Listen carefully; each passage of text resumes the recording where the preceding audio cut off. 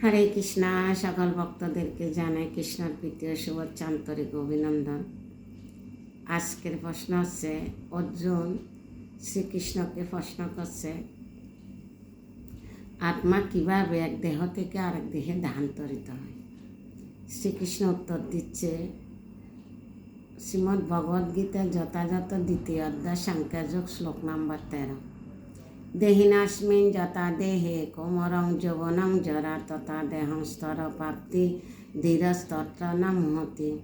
দেহি যেভাবে কোমর, যৌবন এবং জরার মাধ্যমে দেহের রূপ পরিবর্তন করে চলে, মৃত্যুকালে তেমনি ওই দেহের আত্মা এক দেহ থেকে অন্য দেহে দেহান্তরিত হয়।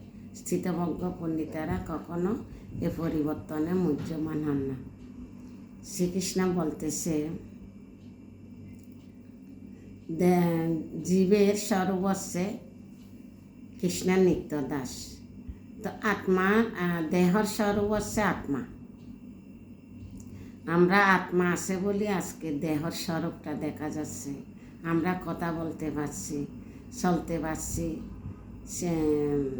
যা কিছু করি না কেন কি আত্মা আছে, চেতন মাধ্যমে আমরা অনুভব করি। তো শ্রীকৃষ্ণ অর্জুনকে বোঝাচ্ছে, আমাদের দেহটা পরিবর্তন হয় কিন্তু আত্মা কোনো পরিবর্তন হয় না।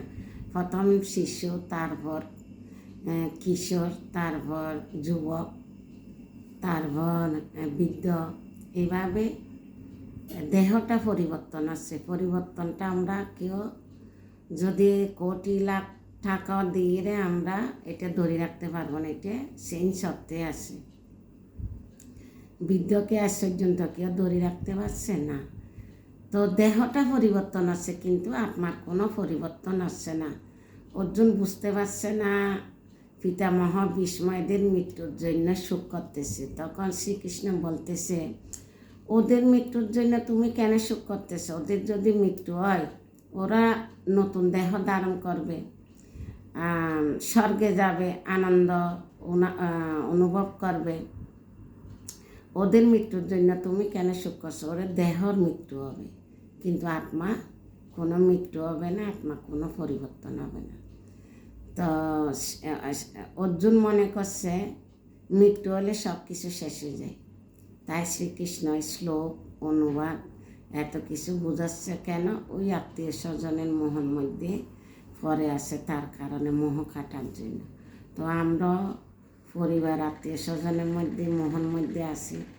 আমাদেরকে এভাবে মোহ থেকে আস্তে আস্তে বেরিয়ে ভগবানের সেবার প্রতি মোহিত হতে হবে। হরে কৃষ্ণ। সবাইকে প্রণাম। ভুল ত্রুটি নিজের গুণে ক্ষমা করবেন এবং যদি ভালো লাগে লাইক এবং শেয়ার করবেন। যদি ইউটিউব থেকে দেখে থাকেন তাহলে লাইক শেয়ার করবেন, যদি নতুন হয়ে থাকেন সাবস্ক্রাইব করবেন। হরে কৃষ্ণ। সবাইকে প্রণাম।